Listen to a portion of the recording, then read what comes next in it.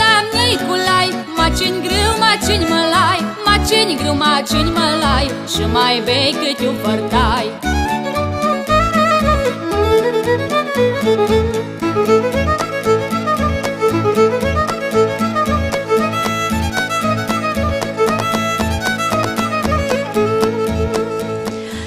Bun găsit, stimați telespectatori! Iată-ne într-o nouă emisiune frumoasă, o emisiune în zona Maramureșului, mai exact în Vadul Izei, la niște oameni deosebiți, într-o zonă mirifică, unde întotdeauna am spus că raiul pe pământ este în Maramureș și pentru ca dumneavoastră să vă convingeți, eu vă invit pe toți să veniți aici.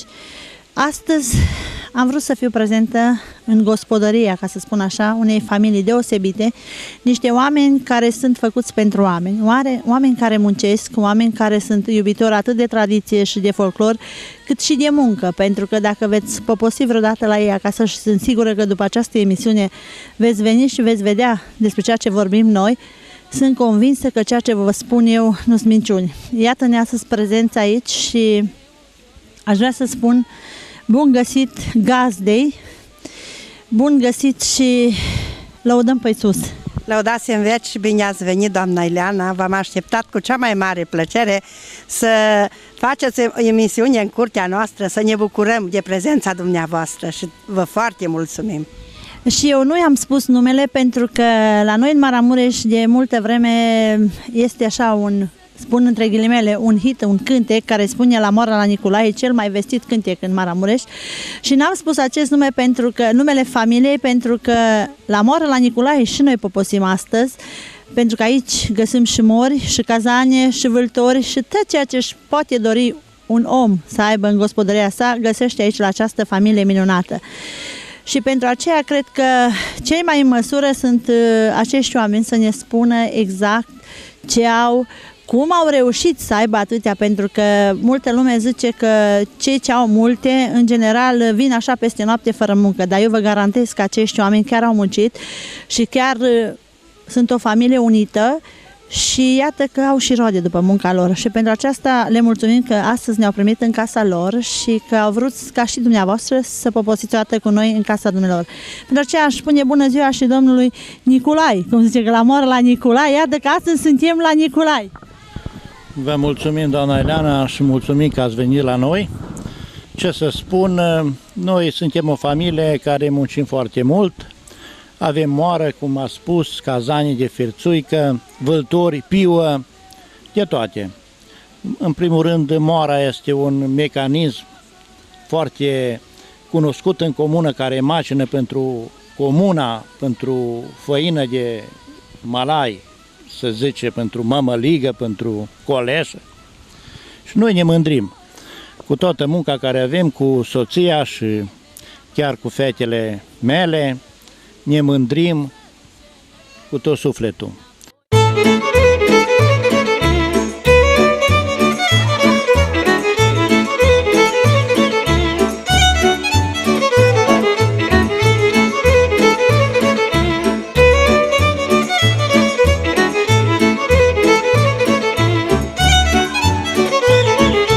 Mulți și-au făcut moare în sat, dar nu au de măcinat.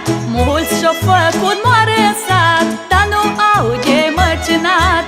Moara mea îi mitite, zi și noapte se-nvârte. Moara mea îi mitite, zi și noapte se-nvârte.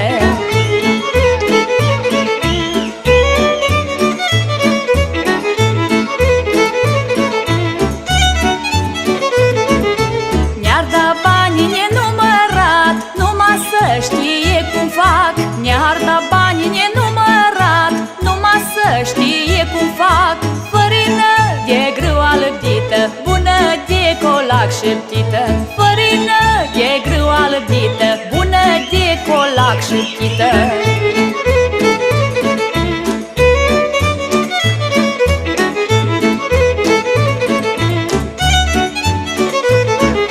Și să le spun tot degeaba, că ei nu știi cum stă treaba. Și să le spun tot degeaba, că ei nu știi cum stă treaba. Că fărina-i tot așa, baiul cine-o cântăre. Că fărina-i tot așa, baiul cine-o cântăre.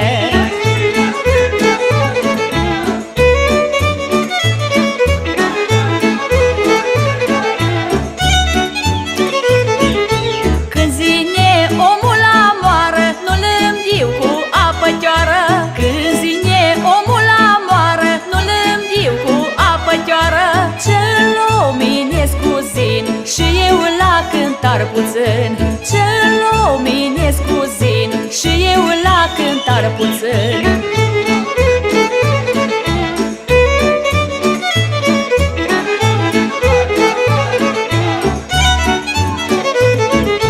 La omul cu sacul mic, nu eu la cântar nimic. La omul cu sacul mic, nu eu la cântar nimic. Știu să fac să sie bine, să mai treacă pe la mine. Știu să fac să sie bine, să mai treacă pe la mine.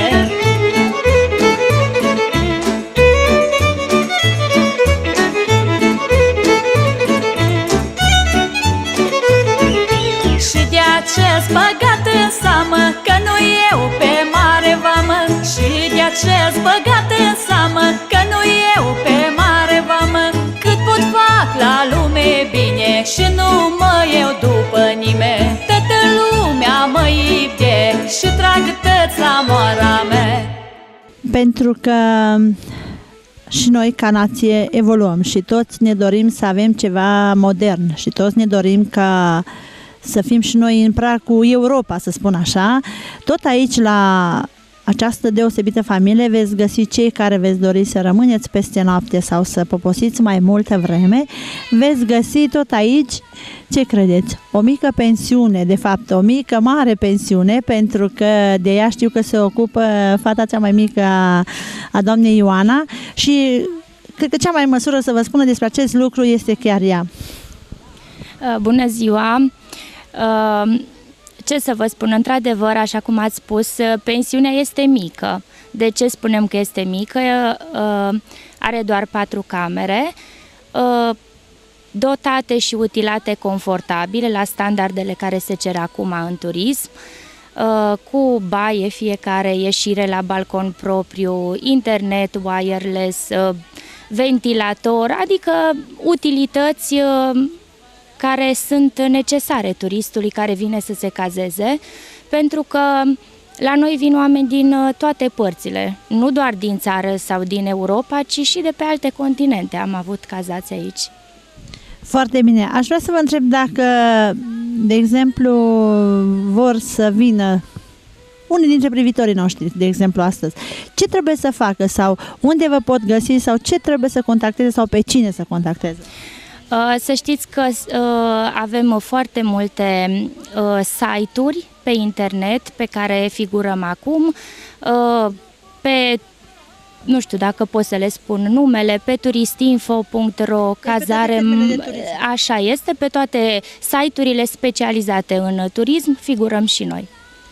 Și așa cum am mai spus, acel cântec La moară la Nicolae îi peste tot, îi și la moară și în pensiune, pentru că cei care vor să vină la moară la Nicolae vor găsi de toate, atât tradiție cât și confort. Asta e cel mai important, pentru că un om care vine de departe vrea să și vadă ceva, adică să cunoască aceste meleaguri și cum le-ar putea cunoaște mai bine decât găsind aceste lucruri frumoase făcute de acest om minunat.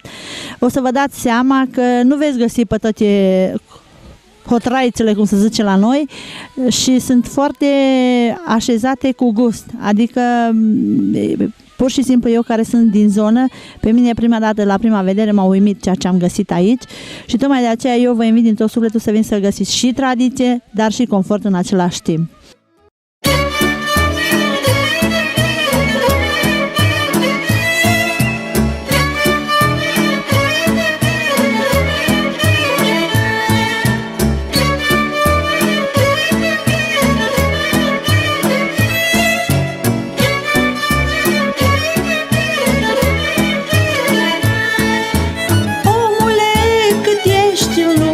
Măi, omule, măi, să-ți petreci, să-ți trăiești bine, măi, omule, măi. Omule, cât ești în lume, măi, omule, măi, să-ți petreci, să-ți trăiești bine, măi, omule, măi. Îți dă Domnul sănătate, măi, omule, măi, în viață le faci pe toate, măi, omule, măi.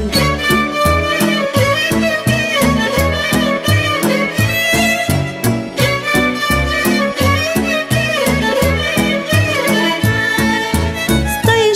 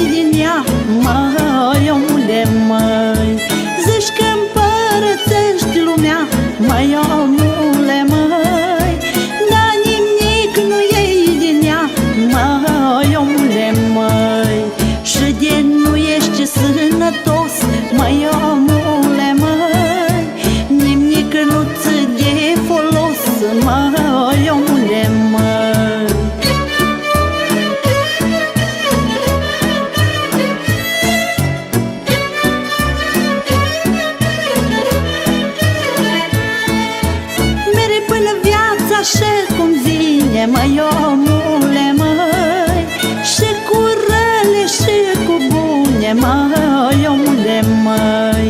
Merg până viața așa cum zine, măi, omule, măi. Și cu rele și cu bune, măi, omule, măi. Bucură-te cât ai parte, măi, omule, măi. De bine și sănătate, măi, omule, măi.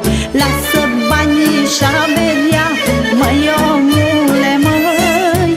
Trec ani-ți trece viața, măi, omule, măi.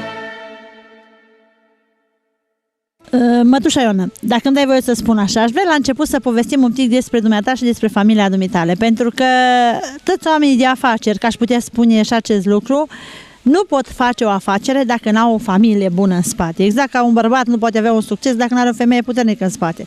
Eu spun că aș vrea să povestim puțin despre familia dumneavoastră, din ce alcătuită, câți membri sunteți, am înțeles că aveți și nepot, și aș vrea să ne spuneți dumneavoastră, că cred că sunteți cea mai în măsură să ne spuneți.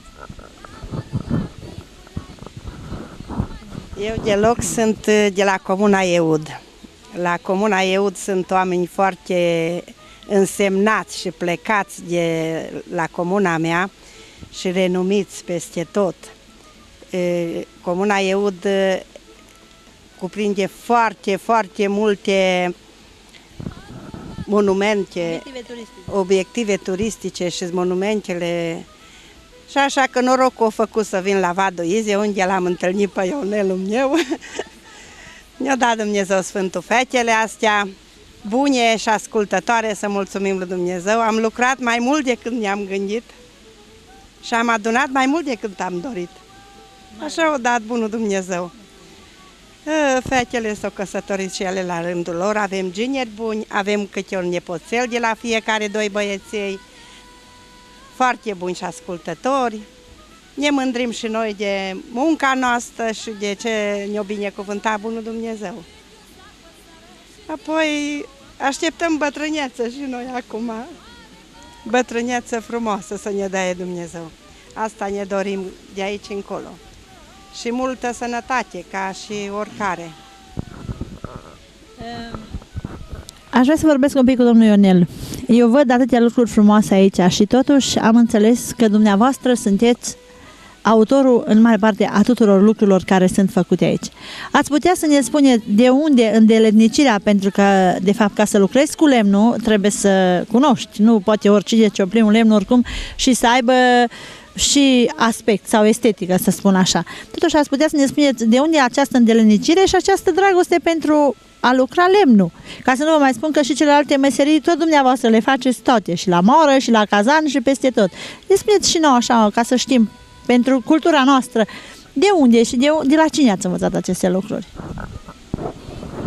Ce să spun, eu le-am moștenit la părinții mei. Părinții mei au avut moraci și vâltoare. Moră și vâltoare.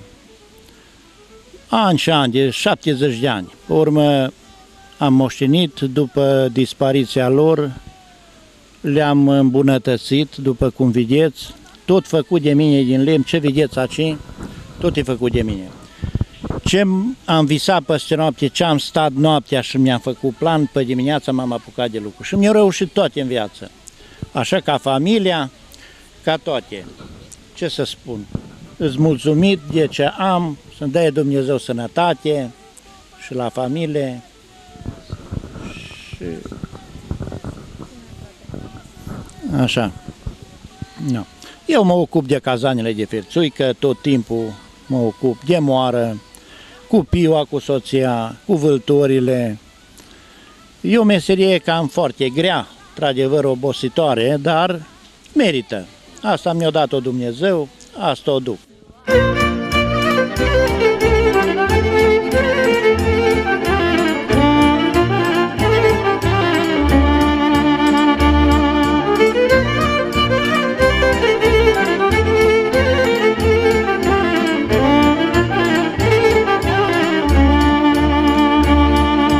La Crâșmărița din vale,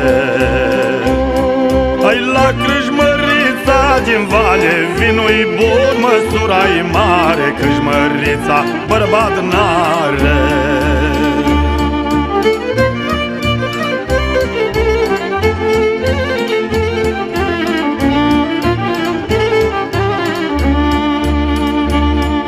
Hai de te duci cu 4 boi, mă.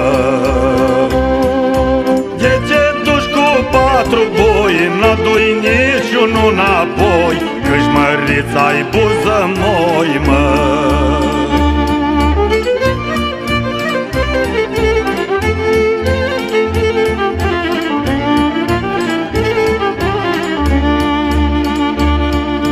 De te duci cu 4 vaci, mă. De te duci cu 4 vaci, 2 duci, 2 le lași, că-și mărița-i buză dragi, mă.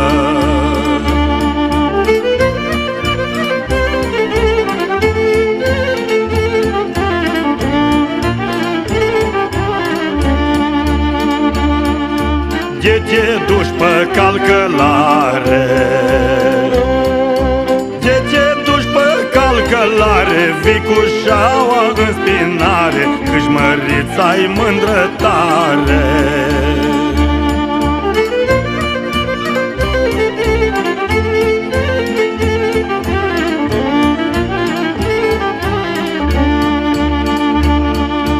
Că-și măriță din gădrum, mă.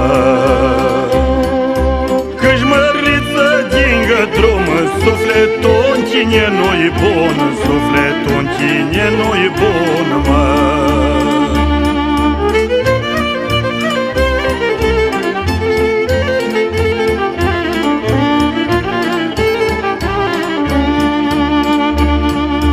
Iar-ți bun sufletul tău, mă. Iar-ți bun sufletul tău, n-ai mai cere banul meu, n-ai mai cere banul meu, mă.